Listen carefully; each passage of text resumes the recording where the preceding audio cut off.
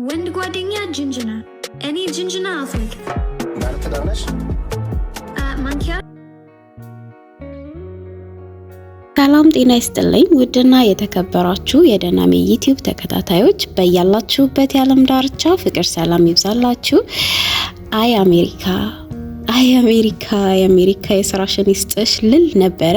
እውነት ለመናገር አሜሪካ ምን ሆነች ራሷን ያመማት ምን ሆነብኝ ነው። እንዳትደነግጡ የአሜሪካ አፍቃሪያኖች እንዳትደነግጡ። እውነቱ አሜሪካ ልጇን ተቆጥታ የማትኖርባት ሀገር ናት። እንደ ሀበሻ ደግሞ የሀበሻ እናቶች መቀጥቀጥ፣ መሳደብ፣ መቆንጠጥ ምናምን እንደዛ ነው የተማርነው። እናቴ ስናጠፋ ምጅልግ እያደረጉን ኩርኩም እያደረጉን አብዛኛው ነገር ልክ ባይሆንም ነገር ግን ልክ የሆኑ ነገሮች ልክ የሆኑ የልጅ አቀጣጦች አሉ። አሜሪካ ላይ እንደዚህ አይነት ነገር የለም።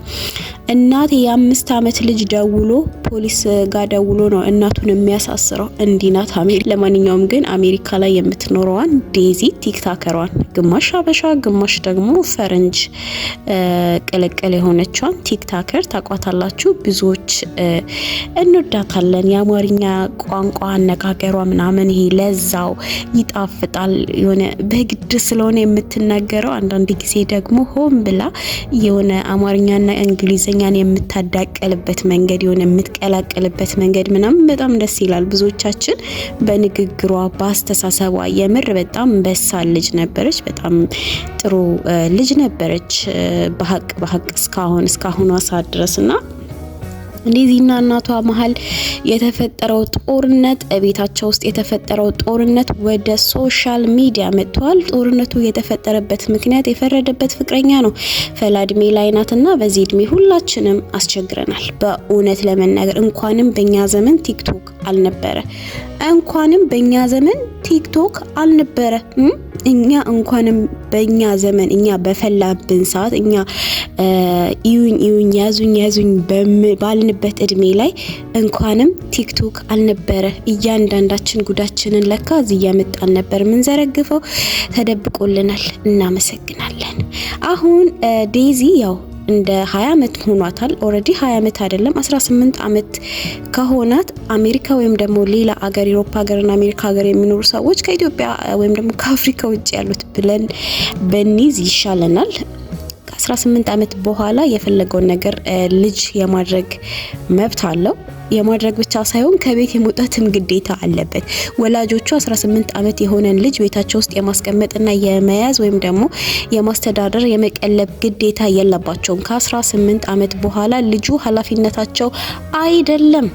ይሄንን ነው ስንሰማ ስናይ የኖር ነው እንግዲህ ውጭ ሀገሮች ወይም ደግሞ የሰለጠኑ ሀገሮች ላይ ልክ እንደዛ ደግሞ ልጆችም 18 ዓመት ከሆናቸው በኋላ የፈለጉትን ነገር የማድረግ መብት አላቸው። የወላጆቻቸውን ይሁንታ ወይም ደግሞ የወላጆቻቸውን ፍቃድ የሚጠብቁ ሰዎች አይደሉም።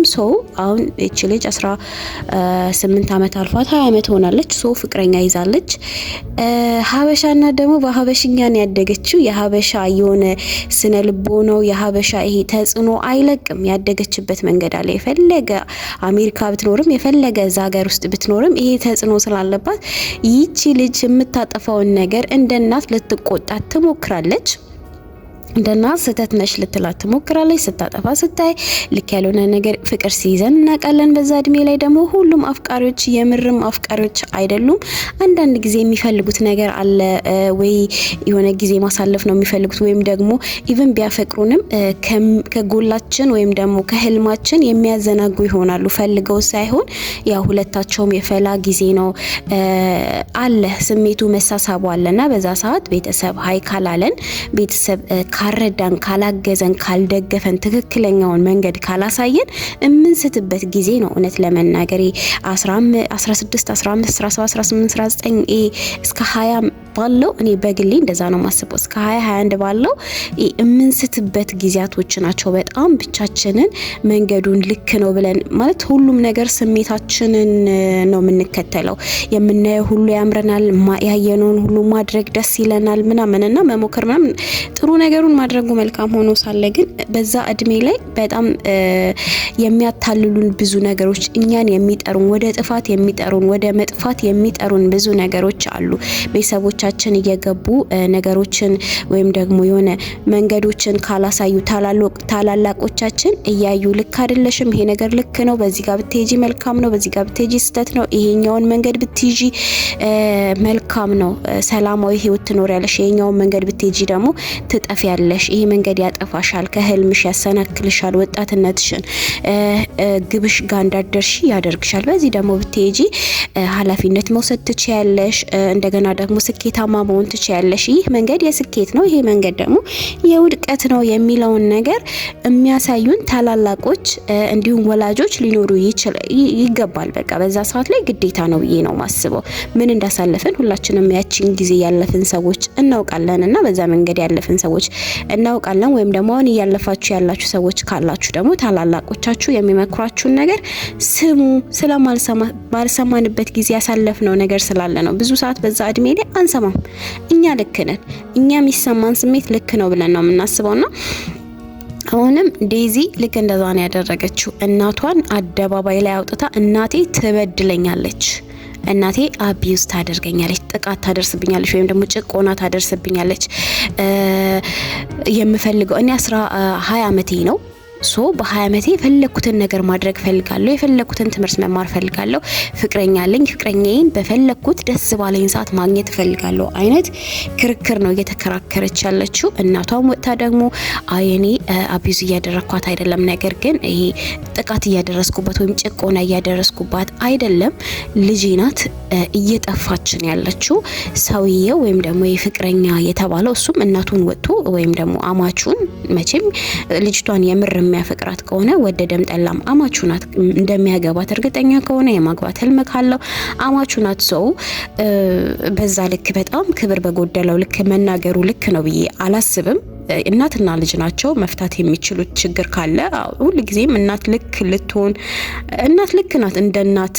ግን ብዙ ጊዜ ደግሞ እናት እኔ ልክ ነኝ የምትለው ነገር ልጇ ህይወት ላይ የሚጥለው ነገር ሊኖር ይችላል። ምናልባት ተሳስታ ሊሆን ይችላል እኮ፣ ግን እሷ ልጇን ለማዳን ልክ ናት። ይሄ ሰውዬ መጥቶ ይሄ ሁሉ ነገር እናቷ ላይ መዘባበቱ በጣም ስህተት ነው።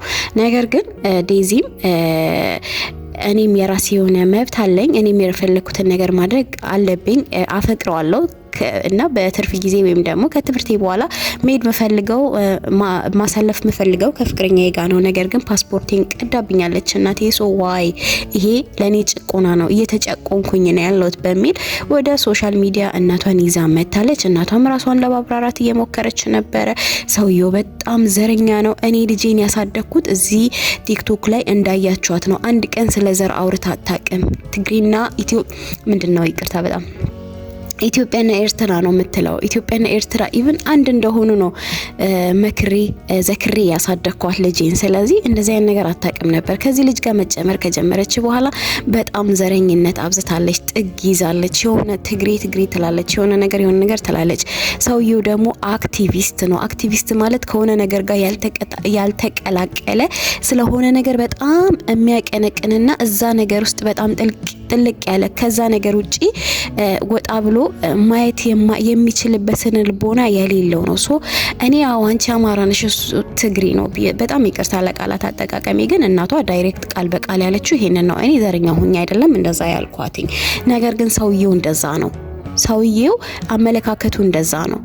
አክቲቪስት ነው። ስለሆነ ብሄር ነው የሚሰብከው። እኔ ደግሞ ልጄን ያሳደግኳት በዘረኝነት አይደለም። በእርግጥ ግን አሁን ከሱ ጋር መሆን ከጀመረች ቀን ጀምሮ ኢትዮጵያና ኤርትራውያኖች የምትለውን ይሄ የአንድነት መንፈሷ የኢትዮጵያዊነት መንፈሷ ጠፍቶ የምትለው የሆነ ብሄርን ነው ስጠራ የምትውለው። ይሄ ልክ አይደለም፣ ስህተት ነሽ እንደ እናት ብያታለሁ ብላ ነው እና ስትከራከር የነበረችው። በእውነት ለመናገር እናት ምንጊዜም ልጇን ለማዳን ነው። እናት ልክ ናትና ይደብራል።